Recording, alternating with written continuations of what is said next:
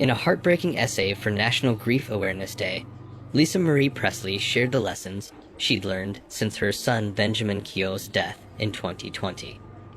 The whole world was shocked to find out that Lisa Marie's son had died by suicide at just the age of 27.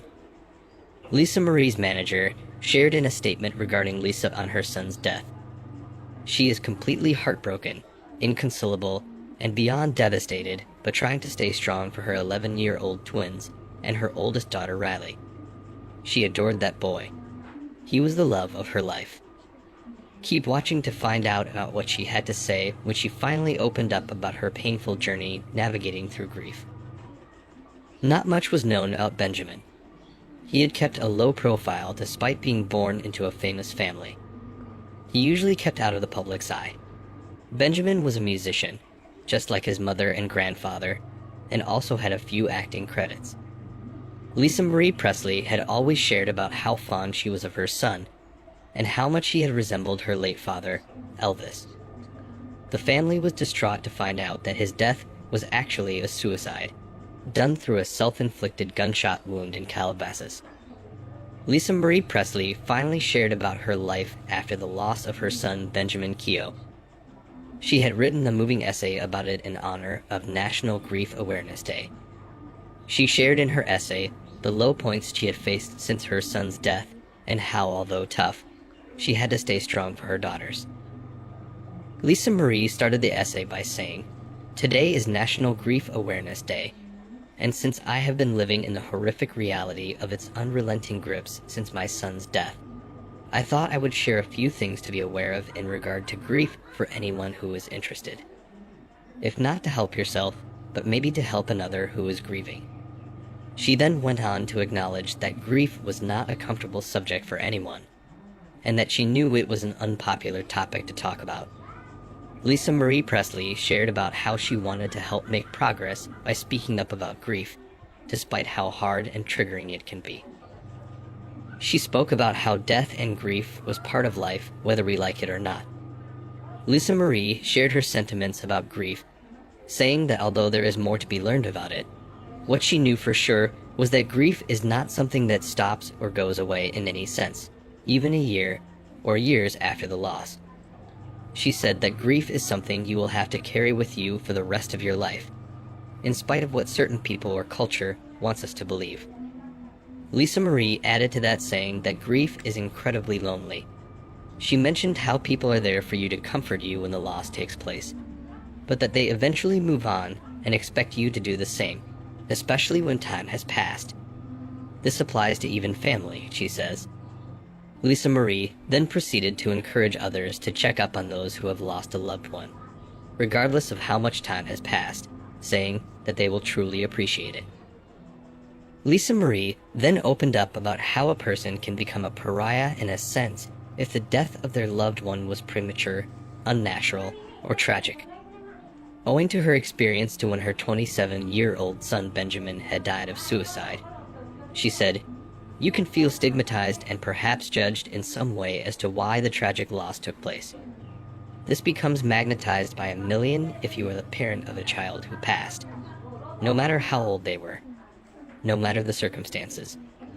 She shared that she already battles with and beats herself up tirelessly and chronically, and how despite her blaming herself every single day, and that being tough enough to live with, others still judged and blamed her secretly. She said, "That is even more cruel and painful on top of everything else." This is where finding others who have experienced a similar loss can be the only way to go. Support groups to have your specific kind of loss in common. I go to them, and I hold them for other bereaved parents at my home, Lisa Marie added. She voiced out how absolutely nothing takes away the pain of losing a loved one, but that finding support can sometimes help with the loneliness.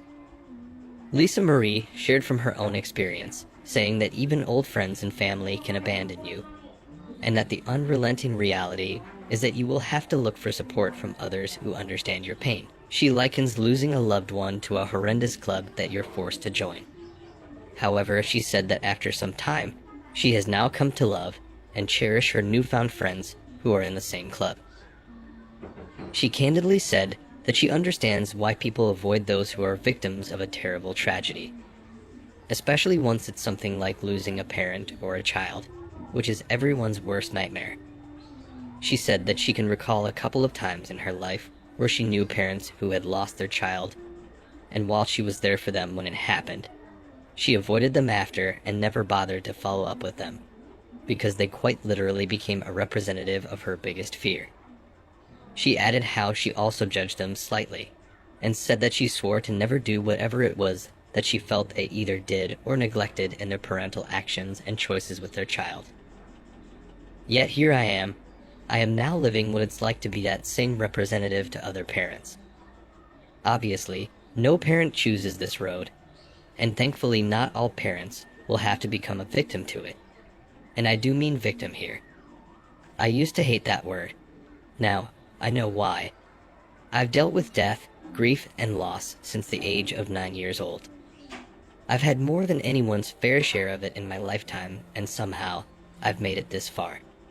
But this one, the death of my beautiful, beautiful son, the sweetest and most incredible being that I have ever had the privilege of knowing, who made me feel so honored every single day to be his mother, who was so much like his grandfather on so many levels that he actually scared me, which made me worry about him even more than I naturally would have. No, just no, Lisa Marie sorrowfully said. She said that it is a real choice to keep going, and that it is one that she has to make every single day, and one that is constantly challenging. She shared that she keeps going for her girls.